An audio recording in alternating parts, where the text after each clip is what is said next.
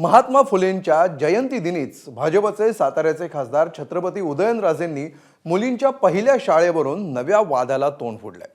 पुण्यातील महात्मा फुले वाड्यामध्ये अभिवादन केल्यानंतर उदयनराजेंनी एक नवा दावा केलाय। मुलींसाठी पहिली शाळा थोरले प्रतापसिंह महाराजांनी साताऱ्यामध्ये सुरू केली असं त्यांनी म्हटलंय। पुण्यातील भिडेवाड्यामध्ये सावित्रीबाई आणि ज्योतिबा फुले यांनी 1848 मध्ये मुलींसाठी पहिली भारतीय शाळा सुरू केली होती। पण उदयनराजेंच्या या दाव्यामुळे नवा वाद पेटण्याची शक्यता आहे।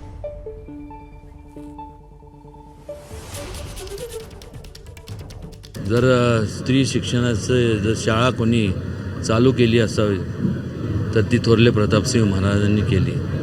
ती सुद्धा सातारच्या त्यांच्या स्वतःच्या राजवाड्यात केली, ज्या राजवाड्यात कालांतराने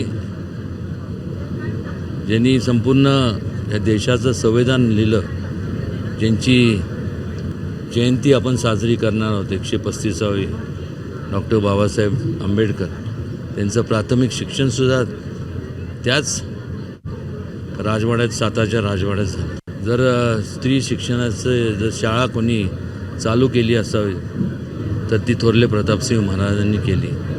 ती सुद्धा सातारच्या त्यांच्या स्वतःच्या राजवाड्यात केली, ज्या राजवाड्यात कालांतराने